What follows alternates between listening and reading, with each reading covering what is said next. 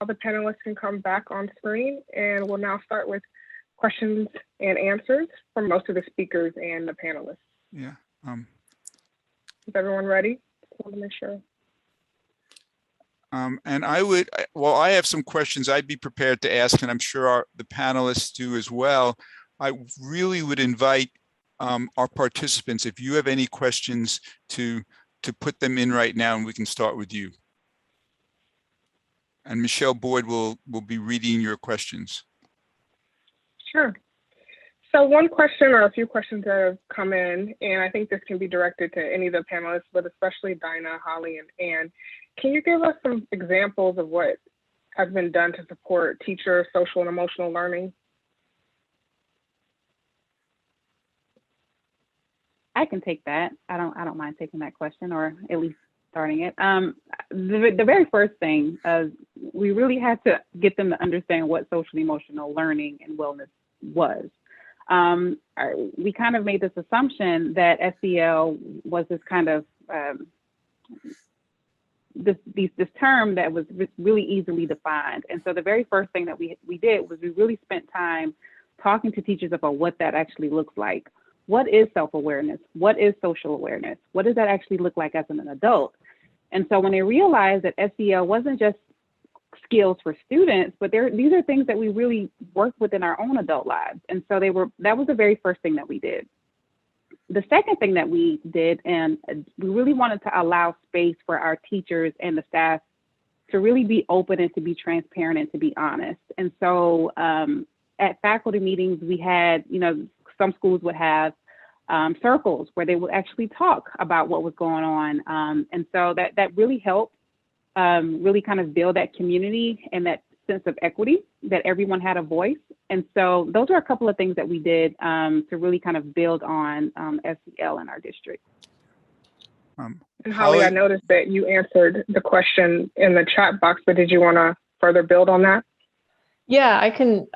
Yes to what Dinah said, but just on an even more basic level, especially when the pandemic first hit in March of 2020, so that spring, we realized that people were running so hard and so fast just to try to keep our kids above water that our teachers were drowning. And one of the things that we did early on was we had the superintendent acknowledge that. Yeah. And it sounds kind of simple, but just to have her say, I see you, I hear you, and we know you're doing the best you can, and take time for yourself, was extremely powerful for people to hear her say and acknowledge. And at times, she said herself, I need a break, and that was huge.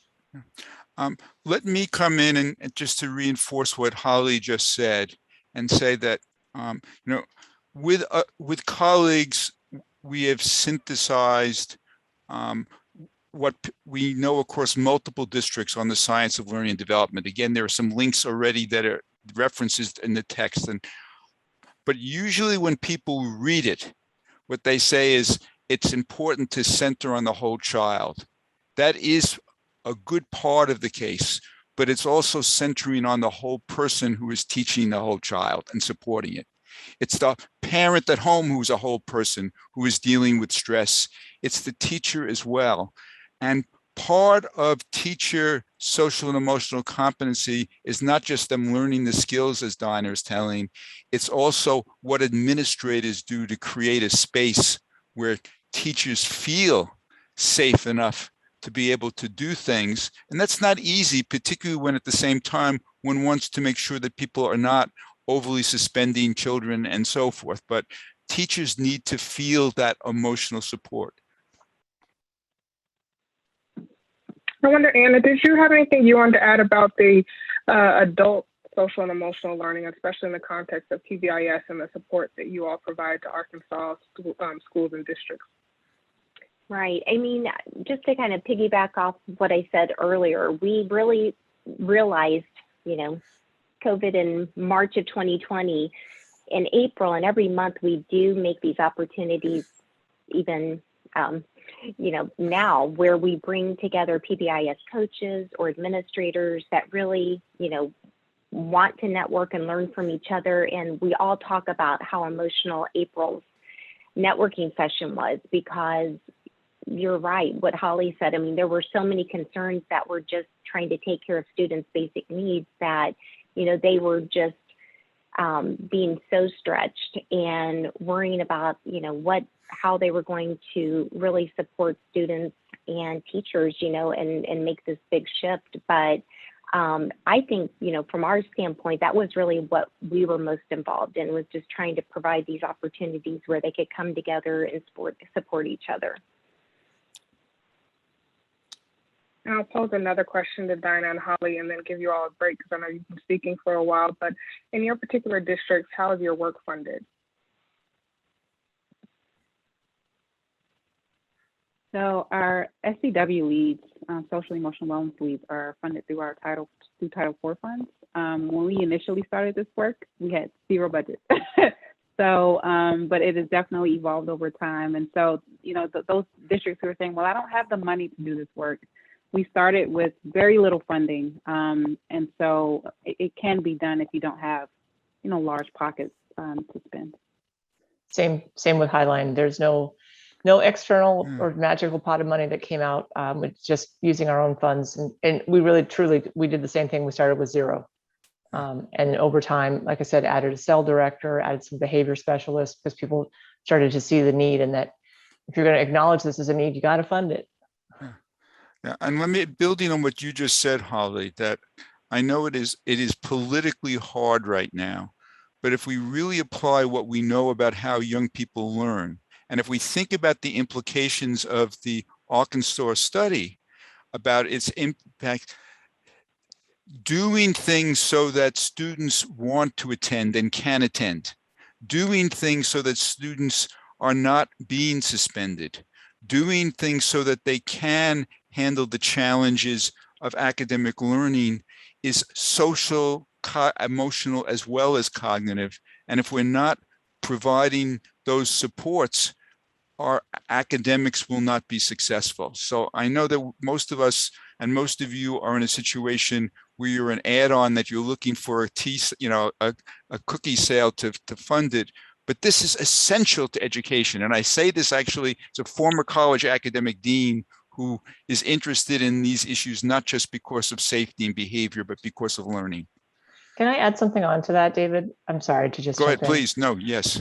One of the things that I always tell schools is, if you are running an engaging academic program, your discipline issues go way down, because guess what? Kids want to be in school.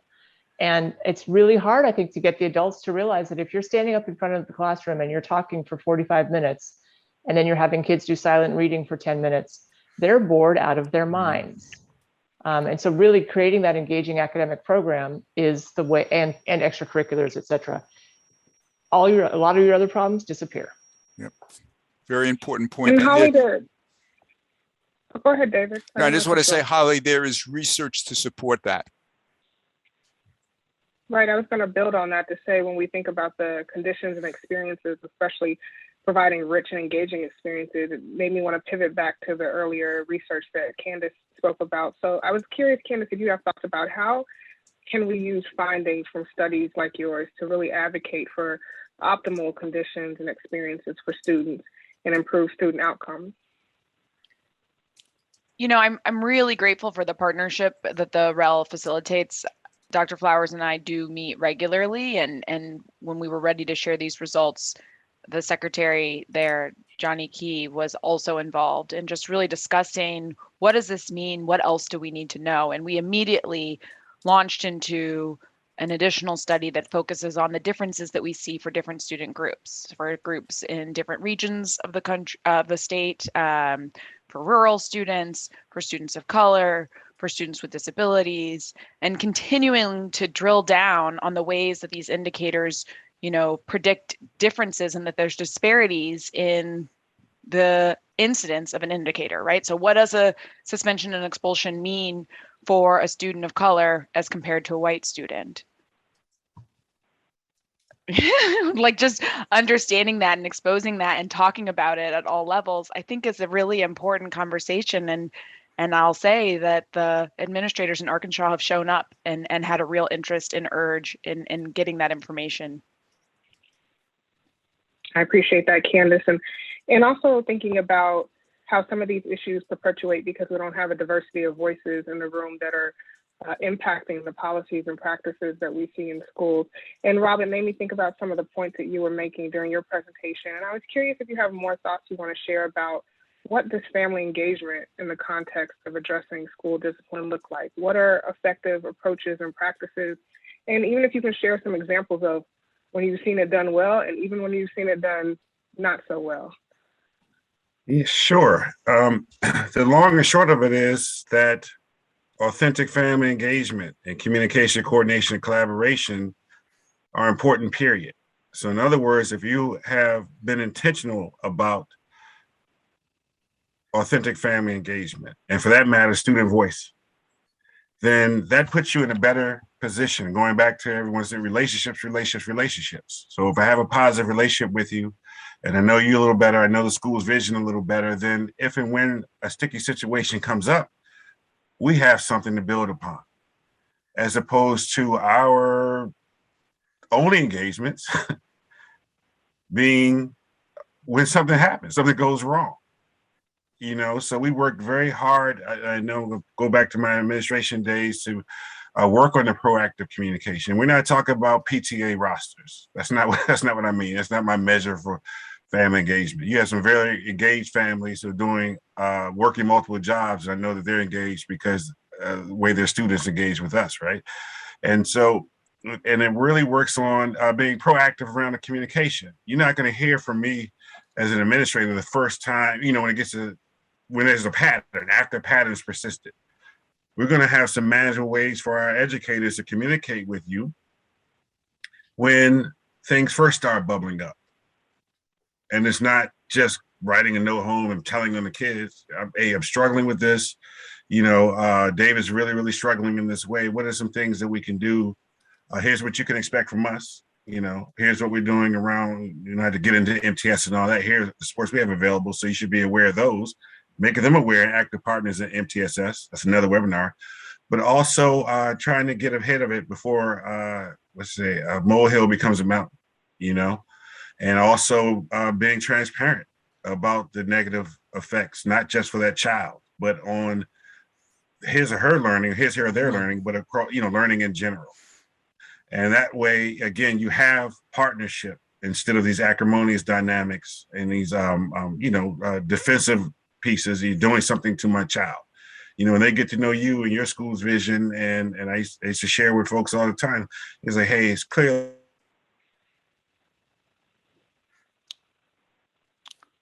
I know we had a little break there in Rob's technology, but David, I know you think a lot about student and family-centered approaches in a number of different areas, including school discipline. I didn't know if there was anything else you might Sure, I will.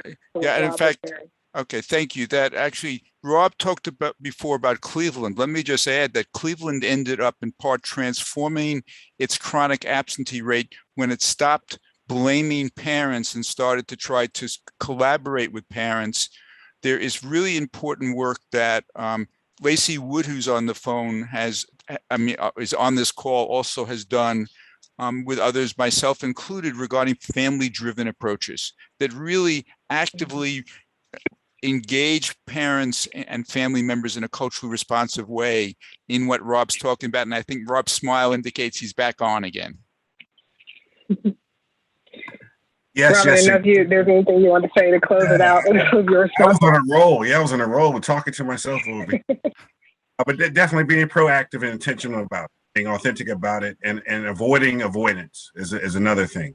If you have a diverse student population, you know how it goes. There are certain pockets of your population that you may be more accustomed to engaging with, and others that you are not.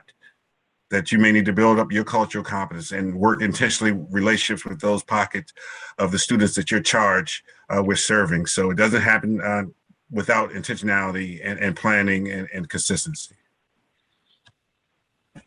I have a question for Anne as well. Anne, every time I've spoken to you, I've always appreciated the lens that you take about as far as making sure people are ready to implement PBIS and all the upfront work that takes place and upfront considerations.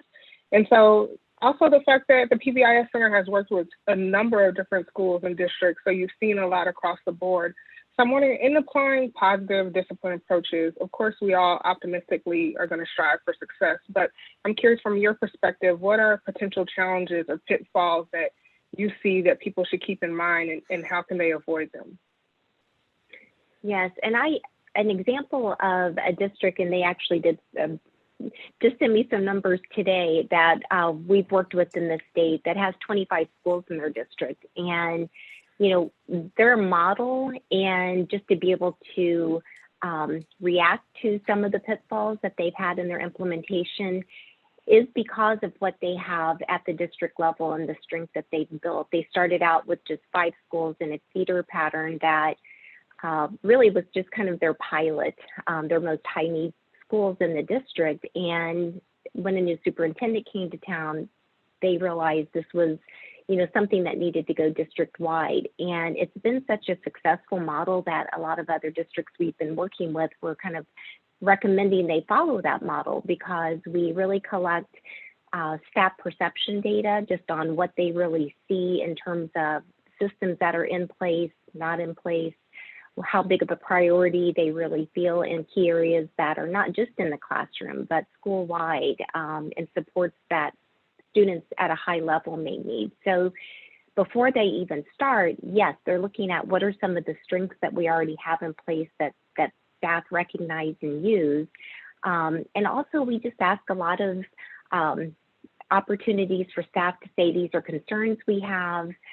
These are the types of behaviors we want to make sure that we're teaching our students. These are important to me to make sure when they leave us that we've had a hand in helping them really understand some of these behaviors that are going to take them out into the world that they can learn from us.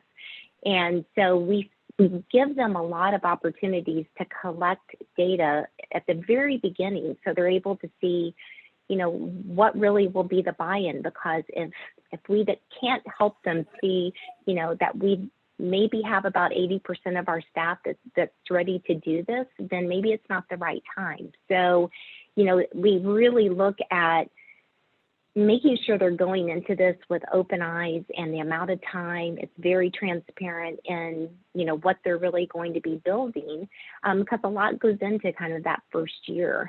We often get calls of everyone's ready to hop right into what can we build at tier 2. And what we hear from a lot of our behavior support specialists throughout our state is that's often what's missing, that tier level of support at tier 1. So we spend a lot of time there and before they even start. But, you know, we typically break out the work that they do over time. So they really, you know, look at just the strength of their team and the operating procedures and what they're going to need to really carry the work back to their entire staff. And then, you know, they spend like I say, the time putting in, building all those key pieces and components to their PBIS framework. And Rob, I see you have your hand raised. I think you wanted to add something. Yeah, yeah, I'm Zoom savvy here.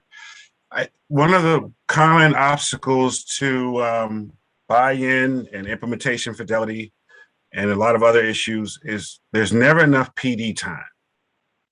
So we're not even talking about curriculum instruction or pure curriculum instruction assessment system. So Miscompeting Priorities, I'm curious as to how these things are rolled out, because we've talked about restorative practice a little bit, trauma, right? PBIS, SEL, and these multiple aligned things that should be aligned and integrated, but that's more than a notion. That's a constant struggle. But how long realistically, or what were your lessons learned about the right and the wrong way to roll these things out in an integrated and aligned fashion in a way that makes sense and may put people in a better headspace around buying into this and being all in? It's either Holly, Dinah, or Anne, please, because you prompted my question. Yes, I think I mentioned we do resource mapping. We look at all the various initiatives they have going on, making sure it's not that same core group of 5 to 7 people doing all the work, and really looking kind of beyond that leadership group and, you know, really teaching them that this is more than just grouping together people that are going to move the work forward, we want to make sure the right people have the voice at the table. So when we're really working with secondary leaders, we don't even move forward until they've really considered about how they are going to bring in student voice and bring in that parent component, because, you know, especially at Tier 1, we really do focus on the function of the work, that this is school-wide. We're not looking at bringing groups together and talking about individual students. And that's a hard concept sometimes for schools, and really looking at data from the perspective of, you know, how are we going to support all students and change these environments so that there are going to be these opportunities for success in setting up, you know, successful proactive preventional strategies that students, you know, really can learn from. And it's a whole mind shift. And we spend about the first part of our first day of training really just making sure that that mindset is there, that this is a shift in the way we do things, and how they can really have those skills and strategies that they need as a team to go back and carry that excitement level they may have back to their school.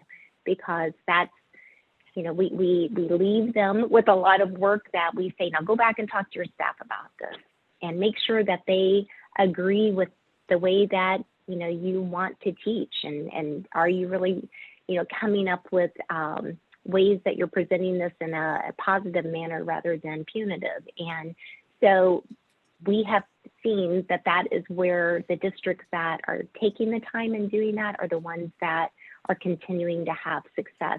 The Pulaski County School District, and I know she was on a little bit earlier, but I think she's off now, but she shared, you know, starting out in the secondary group alone, they were at about 2,200 office referrals in 2017, and just in 2-year time, and they have committed to running those fidelity assessments a couple of times a year, that their number was 953. And so they're seeing, you know, big changes in terms of just discipline data, but there's of course a lot more to look at. But if I were to add to that, I would try to make the competing interests no longer competing. I think we frequently do PD on restorative justice, and we do PD on PBIS, and we do PD on literacy and PD on math. And you may be hitting 4 groups of people, but that literacy and that math ought to include that restorative and the PBIS and the SEL. And if we can make people see that you have to do these things this way, not siloed, one, you get more people on board more quickly because you're hitting more people with your PD. But we have found in our district that we have a very interesting, and this is another webinar, a very interesting divide between who does kind of the PBIS justice strand of PD and who does the academic strand of PD. And we see a gender gap, and we also see a race ethnicity gap. And that says to us that people aren't talking about these things in an integrated way. It becomes, you always go to Holly for discipline and you go to Kisa for math. And you can't, right? So if I were starting over, I would take away these labels for the PD, and I'd be like, now we're talking about appropriate instruction. That includes your Tier 1 and your Tier 2 and your Tier 3, this time in math. I want to say, Dinah, it seems like you came off of mute. I want to see if you want to say something. Yeah, I wanted to add on to what Holly and Anne said to answer Rob's question. That's exactly what we did, Holly. We said, well, we wanted our administrators and our teachers to learn about trauma-informed practices and restorative practices. And so we rewrote the curriculum. We said, how can we combine the two? So we combined trauma-informed practices with restorative practices. And we said, you can very well talk about this at the same time. We don't need 2 separate trainings for that. The second thing that we did when we did the train-the-trainers model, we said we wanted people in the building. We didn't want district office staff to be the only trainers. So we made sure that we had administrators who were actually trainers who could take it back to their building. So we had 4 principals who could take it back to their building. We had school counselors who could also talk to other school counselors. So we wanted to make sure that it was a different group of people who were trainers who could carry that information out of our meetings. Well, I know this conversation could go on for another hour or so, but we're almost near our time. So I want to thank you all again. So thank you to our speakers, to our panelists for such engaging and thought-provoking presentations and discussion. And thank you to all who attended. We hope you found the presentations to be worthwhile and especially relevant for the work that you're doing to support the learning and development of the children and youth and the students that were within your schools and districts. I again want to plug the fact that we have our feedback survey that we really want you to complete. We put the link again in the chat box, so please take a moment to complete. And even when you close out this webinar, you'll have another opportunity to complete the feedback survey. We welcome your input, especially to improve our future events. Also, if you want, check out what's new with the REL Southwest at our website. You can get quick answers to your research questions with the Ask a REL feature. And in addition, our website also has overviews of our studies, infographics, videos, and published reports like the one that Candace went over at the start of the webinar.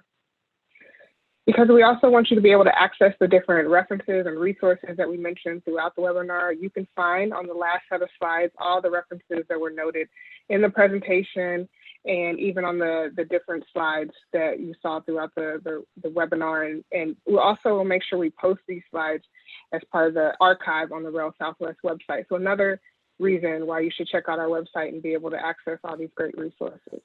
Finally, you can always connect with us if you want to learn more about REL Southwest and the REL program. You can visit our website, subscribe to our Twitter feed, and sign up for the newsletters that we have in the other publications. So again, please remember to take the feedback survey, and thank you again for joining our webinar, and we hope that you enjoy the rest of your day.